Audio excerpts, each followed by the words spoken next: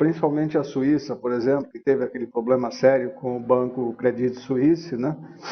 Nos Estados Unidos também dois bancos já fecharam, né?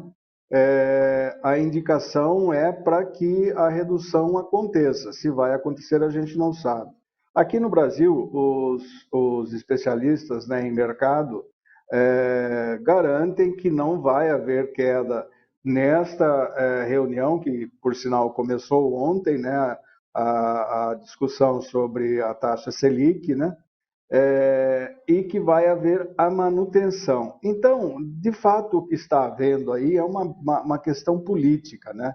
É uma questão do Lula ter criticado a independência do Banco Central, no que ele errou redondamente, porque na maioria dos países do mundo o Banco Central é um órgão independente do governo federal, não deve satisfação ao governo federal, e inclusive em países dirigidos pela própria esquerda existe essa independência.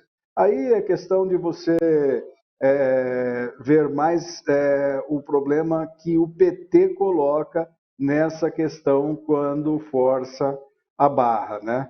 Então há de fato uma questão política e a percepção do Copom, a percepção do presidente do Banco Central, o Roberto Campos Neto, né, que pelo nome todo mundo já sabe que é o neto do Roberto Campos, que foi o economista da ditadura militar, né, e era conhecido como Bob Field, né?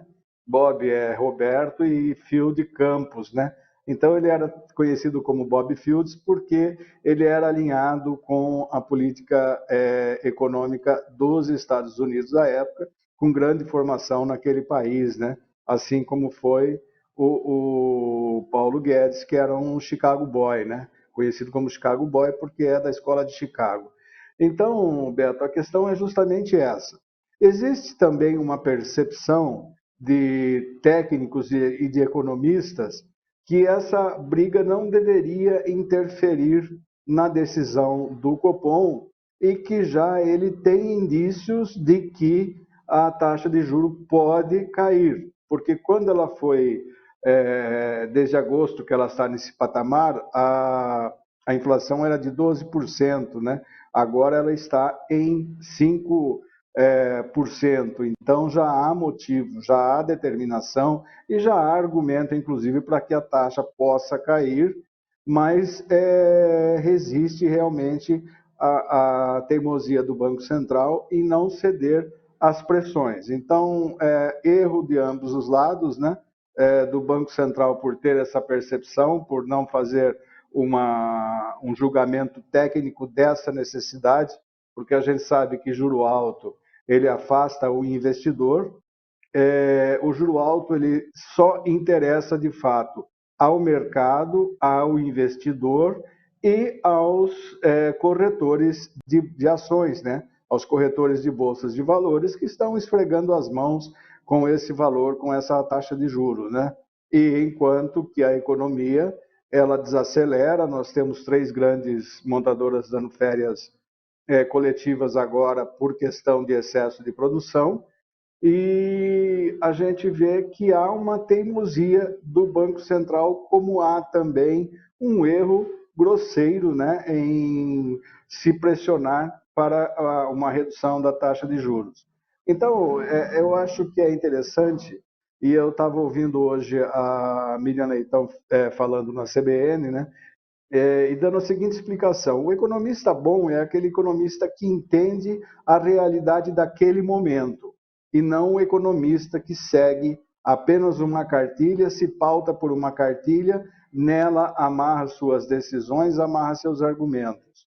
E é bem essa questão mesmo, né? A realidade hoje é diferente da realidade de agosto do ano passado. E o jornalista Reinaldo Azevedo, em outro artigo que eu li, escrevendo que nós vamos ver agora se o Banco Central é de fato independente ou se é apenas uma polícia monetária, né? Brigas à parte, a decisão tem que ser técnica, não pode ser política, não pode ser ideológica, né? Mas eu acho que aí falta um pouco de boa vontade do Banco Central nessa questão, né, de começar a reduzir a taxa de juros.